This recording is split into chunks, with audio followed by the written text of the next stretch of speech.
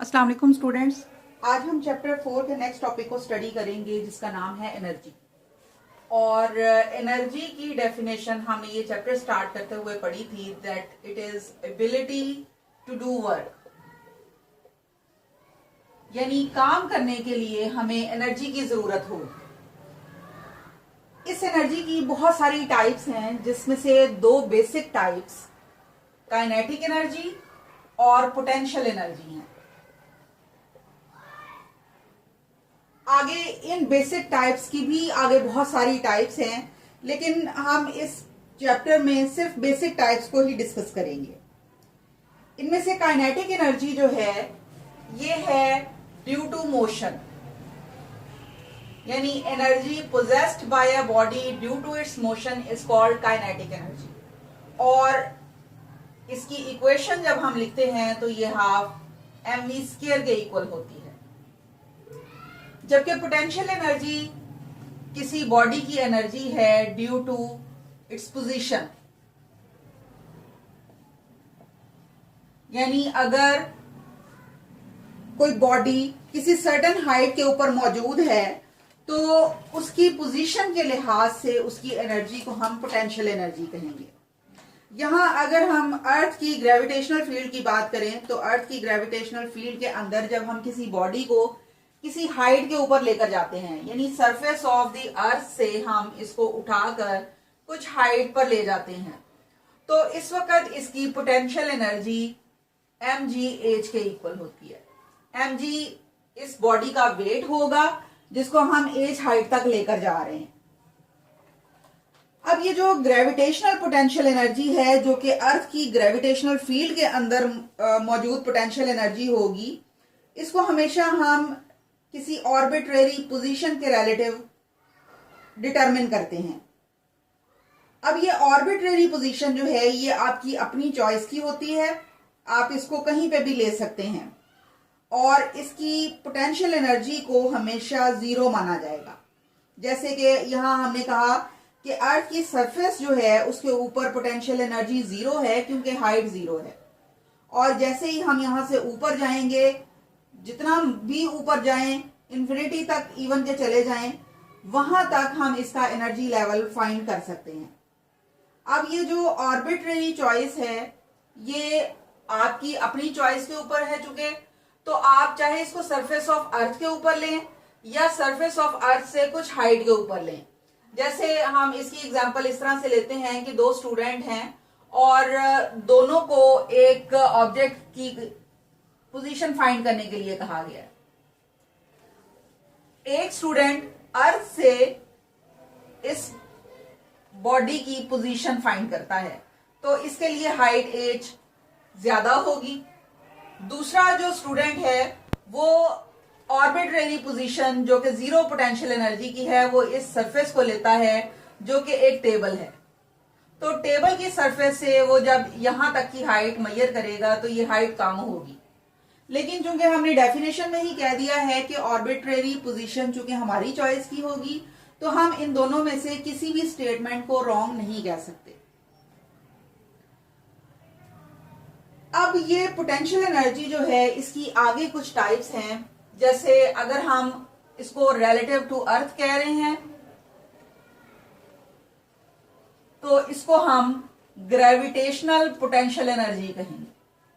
Gravitation का word जहां भी हम यूज करेंगे it is related to the earth. और इसकी दूसरी किस्म जो है वो है रिलेटिव टू स्प्रिंग।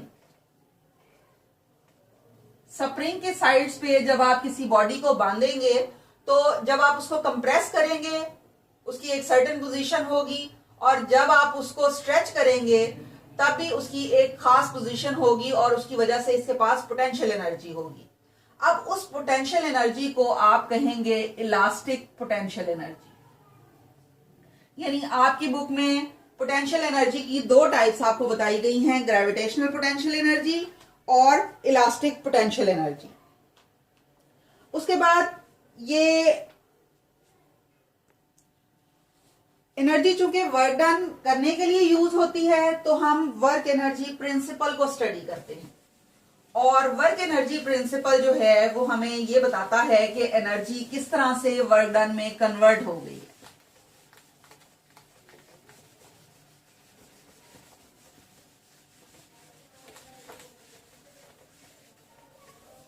यानी जब भी आप कहीं काम करेंगे तो वो हमेशा on the expense of energy होगा। अब वो एनर्जी चाहे काइनेटिक एनर्जी हो या पोटेंशियल एनर्जी हो, दोनों ही केसेस में आप वर्क डन करने के काबिल होंगे। यहां हम ये सपोज करते हैं कि हमने मैस m लिया है जिसके ऊपर फोर्स F एक्सर्ट कर रही है, और इस फोर्स के एक्ट करने की वजह से ये बॉडी तेजी से मूव करना शुरू कर देती है। यानी अगर ये इनिशियली vi वेलोसिटी से मूव कर रही थी तो फोर्स एक्सर्ट करने के बाद ये vf वेलोसिटी के साथ मूव करना स्टार्ट कर देगी। अब चूंकि ये कुछ डिस्टेंस कवर करेगी, क्योंकि इसकी वेलोसिटीज चेंज हो रही हैं और इसके ऊपर फोर्स भी अप्लाई हो रही है, तो हम यहां थर्ड इक्वेशन ऑफ मोशन लिखेंगे जो कि है 2as is equal to vf square minus vi square. यहां चूंकि हम डिस्प्लेसमेंट की बात कर रहे हैं तो आपकी बुक में इसको यहां d से डिनोट किया गया है, और ये vf square minus vi square के इक्वल है। और जब आप सिर्फ डिस्टेंस यहां से निकालेंगे तो ये vf square minus vi square और ये 1/2a इधर जाके डिवाइड हो जाएगा। अब चूंकि फोर्स इसके ऊपर अप्लाई हो रही है तो second law of motion F is equal to ma is applicable here. यहां आपने इन दो इक्वेशंस को, से it is equation 1 and it is equation 2, तो आपने लेफ्ट साइड्स को आपस में मल्टीप्लाई कर देना है और राइट साइड्स को आपस में मल्टीप्लाई कर देना है। लेफ्ट साइड्स को जब आप मल्टीप्लाई करेंगे तो फोर्स इनटू डिस्प्लेसमेंट आपको लिखा हुआ नजर आ रहा है, जो कि इक्वल होता है वर्क डन के। क्योंकि हमने वर्क डन की डेफिनेशन में पढ़ा था कि it is dot product of F and D. यहां ए और ए आपस में कैंसिल हो जाएगा और यहां आपके पास बचेगा half m vf square minus vi square. और मजीद अगर आप इसको सिंप्लीफाई करेंगे, m को अंदर मल्टीप्लाई कर देंगे तो ये हाफ m vi स्क्वायर होगा। और half m v square is the kinetic energy for final state and it is kinetic energy of initial state. और जब फाइनल और इनिशियल स्टेट में आप डिफरेंस ले रहे होते हैं तो इसको हम कहते हैं चेंज इन काइनेटिक एनर्जी। यानी वर्क एनर्जी प्रिंसिपल आपको इस इक्वेशन से पता चलेगा कि इसकी स्टेटमेंट ये होती है कि जब भी आप वर्क डन करते हैं तो वो हमेशा काइनेटिक एनर्जी में चेंज की वजह से होता है। इसी तरह से अगर आप पोटेंशियल एनर्जी की बात कर रहे हैं और अर्थ की सरफेस के ऊपर किसी बॉडी को किसी सर्टेन हाइट के ऊपर लेकर जा रहे हैं, तो जो वर्क डन आप करेंगे उसकी वजह से चूंकि पोजीशंस चेंज हो रही हैं तो आप इसकी स्टेटमेंट करेंगे कि वर्क डन इक्वल होगा चेंज इन पोटेंशियल एनर्जी। यानी इसको आप ग्रेविटेशनल पोटेंशियल एनर्जी कहेंगे।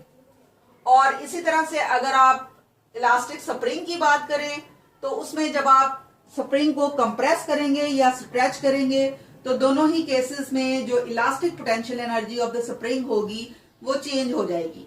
तो change of potential energy due to elasticity it is also equal to work done. यानी जो भी सिचुएशन आपको दी गई होगी उसके मुताबिक आप इसकी स्टेटमेंट बना सकते हैं।